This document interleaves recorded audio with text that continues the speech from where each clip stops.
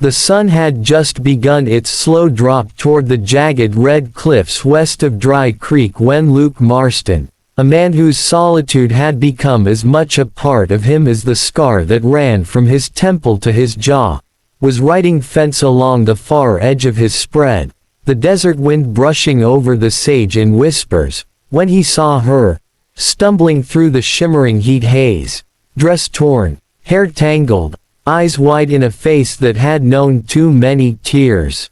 His first instinct was to think she'd wandered too far from some homestead, but then he caught the way she kept glancing over her shoulder, like a hunted thing, and the way her steps faltered as if each one cost her something.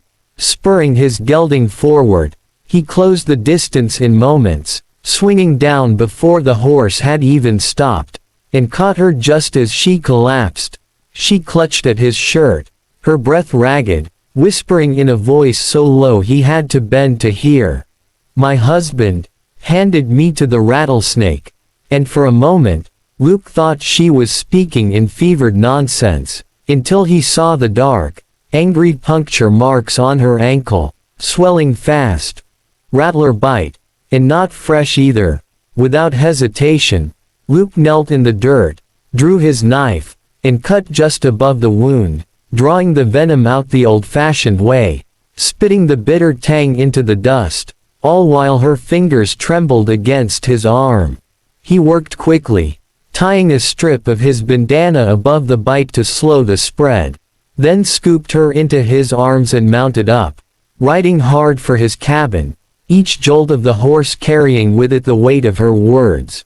Her husband gave her to the rattlesnake. Inside, he laid her on his bed, cleaned the wound again, and poured a measure of whiskey past her lips to fight the shock, watching as her eyes fluttered between waking and dreams. It was hours later, under the dim glow of a single oil lamp, when she stirred enough to speak, her voice cracking as she told the story. Her name was Clara Kane, married 3 years to a man named Jed Kane, a small-time cattle rustler with big-time debts. When the Snake Hollow gang came to collect, Jed hadn't the money or the courage to face them, so he'd struck a deal. He'd hand them his wife as collateral, knowing full well what they did to women they took. The leader, a man called Rafe, the rattlesnake, Colton, had grinned at her terror and driven her out into the desert after one of his men pinned her with a blade and shoved a rattler toward her legs like it was some kind of game. Luke sat there in silence for a long moment after she finished, his big hands gripping the edge of the table until the wood creaked, because he'd known Rafe Colton once, known the kind of cruelty that needed no reason, and he also knew that if Rafe thought she was dead out there, he'd already be planning his next cruelty somewhere else. But Luke wasn't a man to let a thing like this pass, not anymore, not since the war had taught him the price of looking the other way. Over the next days, Clara regained her strength under his watch. He cooked her broth, kept her wound clean, and spoke little, though the way he watched the horizon told her he was thinking about more than cattle. When she asked why he'd helped her, he simply said, "Some men deserve burying," and left it at that. By the 5th day, when she could walk without faltering, he told her plain. He was going to Snake Hollow. She begged him not to. Said they'd kill him. But Luke only tightened the cinch on his saddle and told her he'd been ready to die a long time ago, and this was as good a reason as any. Snake Hollow wasn't a place you rode into by accident. It was a cut in the land where the sun never quite reached the bottom, and men like Rafe filled it with shadows.